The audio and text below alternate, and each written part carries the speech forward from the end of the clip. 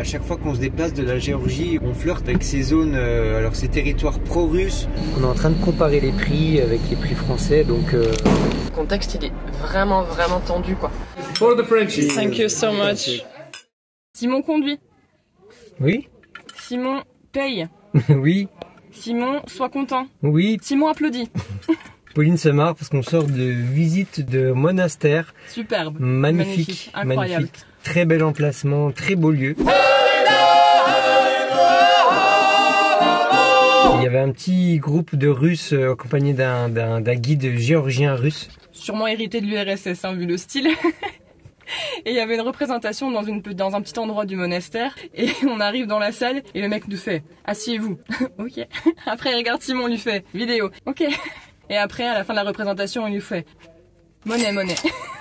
Voilà, ça file droit ici. Hein. Bien sûr, avant, on nous a dit paye le parking aussi. Hein. Ouais. 5 laris alors que les autres ont payé 3. Le problème, c'est qu'on voit bien les tarifs affichés. On a vu qu'on avait payé le plus gros tarif, mais on comprend rien. C'est pas aussi l'alphabet russe, donc on n'a même pas les bases. On n'arrive pas à comprendre l'alphabet. Enfin, on est complètement démunis. En gros, notre sort est un peu entre les mains des deux personnes ici. Les bonnes mains des Géorgiens. Et pour l'instant, voilà quoi. C'est pas...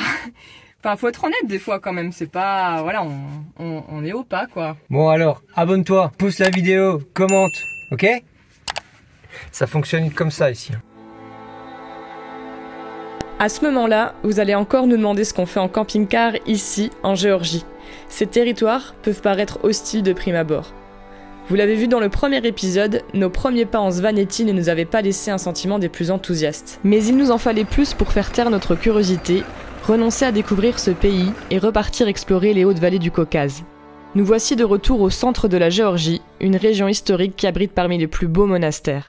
Les Géorgiens ont eu l'art de trouver des situations incroyables à ces édifices qui composent une grande partie de leur patrimoine. Chacun évoque une partie de l'histoire du pays.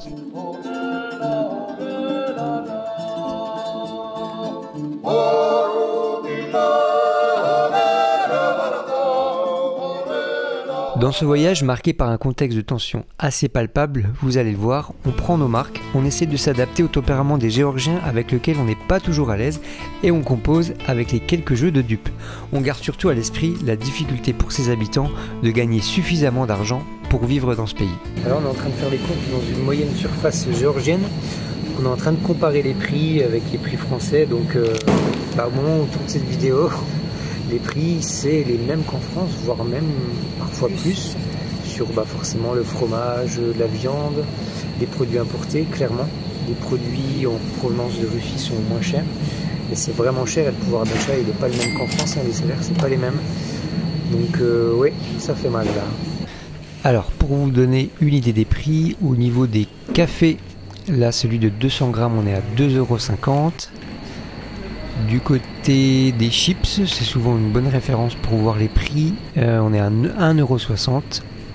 Les jus de fruits, 1,80 €. Les petits paquets de riz, là c'est 1 €. Et nos fameuses nouilles chinoises, ici c'est presque 50 centimes. C'est le même prix qu'en France et c'est 2 fois plus cher qu'en Turquie. On en prend toujours quelques-unes, ça dépanne bien. Et les pâtes russes, elles sont moins chères, 70 centimes. Le pâté de bœuf, pas très appétissant du tout, on est à 3 € la boîte. Et au niveau de l'huile, 1 litre d'huile, c'est presque 3 €. Le pain, c'est en moyenne 75 centimes, mais ce qu'on fait souvent, c'est qu'on va en direct chez le boulanger, là c'est 2 fois moins cher. Alors pour les bières ici, il faut compter entre 1 et 2 € la bouteille, mais ce que font les Géorgiens, c'est qu'ils consomment ces gros bidons de 2,5 litres, et ça c'est environ 4 €. Là il y a 150 grammes et ça vaut 3 €. T'as genre 1, 2, 3, 4, 5, 6 tranches pour 3 €. C'est importé naturellement, mais c'est méga cher. Le fromage c'est cher de toute façon. Ouais, tous les fromages chers. Par exemple ça c'est 3 €, 4 €, 1,50 €, 2 €. Bon ça y est, on a fait les courses, on a un bon petit caddie quand même qui va nous tenir quelques temps, je pense une semaine. Donc on est à moins de 50 €, on est à 46 €. Ça va, c'est quand même à peine moins cher qu'en France. Beaucoup plus cher qu'en Turquie, 2 à 3 fois plus. Mais encore une fois, les prix sont vraiment élevés par rapport au salaire ici. Bon, après, on n'est pas difficile et on n'a pas grand chose, hein. On a un petit peu de féculents, quelques pots avec des légumes, quelques légumes d'ailleurs, mais on préfère les acheter aussi direct avec les gens qui les vendent au bord de la route. On a un tout petit peu de fromage, on a un petit peu de viande, mais pas grand chose, hein. Sinon, des produits un peu classiques, mais c'est pas non plus le gros caddie.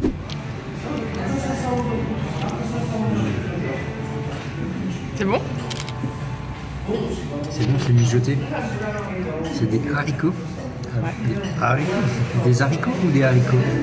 On a aussi des khinkali au fromage et à la viande, une soupe de champignons et un sauté de porc au vin, visiblement mijoté avec des pommes de terre. Ça s'appelle ozaouri.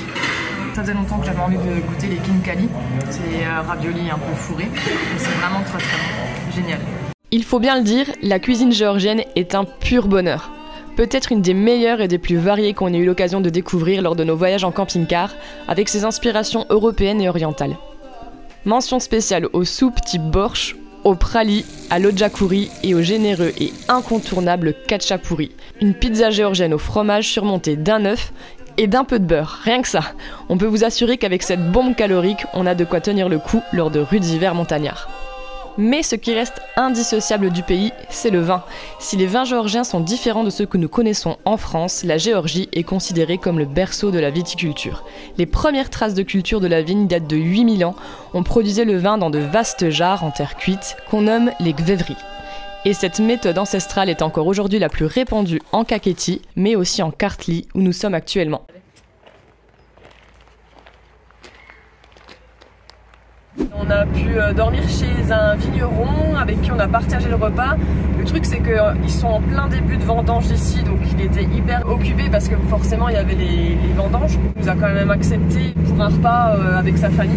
Donc, il nous a converti au toast géorgien. Ouais.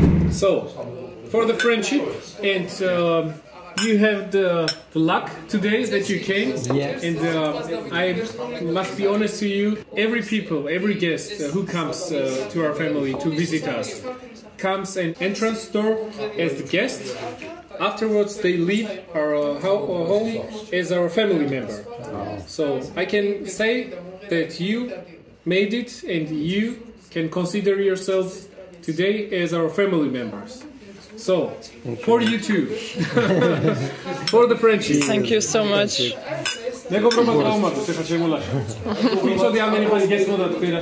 Et c'est intéressant parce qu'en fait c'est assez traditionnel quand ils commencent les vendanges, quand au fur et à mesure, un petit peu comme en France, ils se réunissent autour d'un repas après la journée et ils portent des toasts régulièrement. D'ailleurs, j'aimerais bien voir la tête des vendanges ce matin.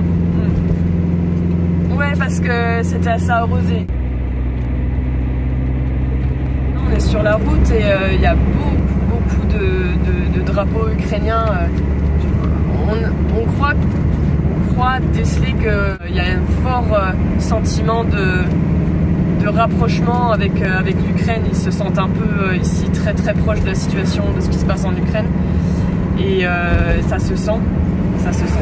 Et c'est vrai que pour le contexte, là, par exemple, on nous l'a dit hier soir, hein, on est à 10, 15, 20 km. De te faire prendre un véhicule en pleine face.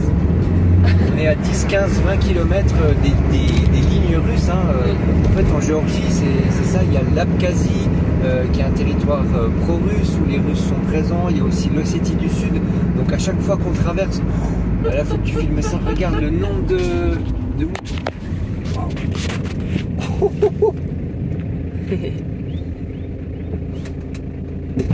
Incroyable. Ah, t'as un peu de choix.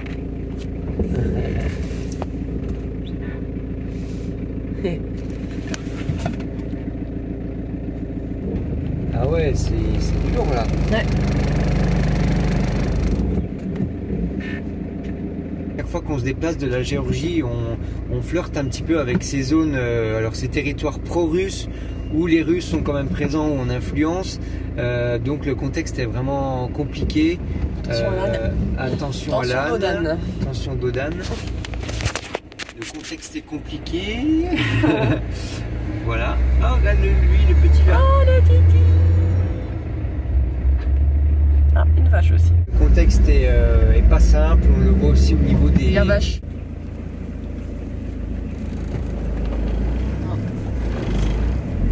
C'est compliqué, on le voit aussi au niveau des prix, au niveau de l'inflation. Nous, ça nous fait un petit choc en venant de la Turquie.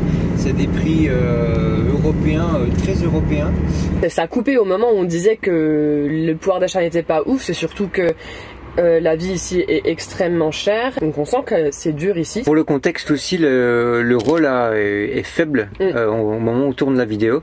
Donc pour nous, Européens, avec l'euro, ça paraît encore plus cher. Et voilà, le contexte, clairement, il est difficile pour les gens ici, du coup, il est aussi pour nous en tant que voyageurs. Mais du coup, on a appris, depuis qu'on est là, à prendre les choses vraiment comme elles viennent, en fait, à vraiment avoir un vrai lâcher-prise, c'est-à-dire que de toute façon, on sait qu'on n'a pas d'emprise sur les événements, que à part se stresser ou être pas bien, ça va rien changer de toute façon, donc on arrive à se dire que voilà, c'est comme ça, on prend un peu plus de précautions aussi, on regarde des prix avant. Ouais, on s'organise, qu'on fait beaucoup moins d'habitude, on planifie un petit peu les choses, notamment au niveau des routes, parce que là on prend vraiment large, hein.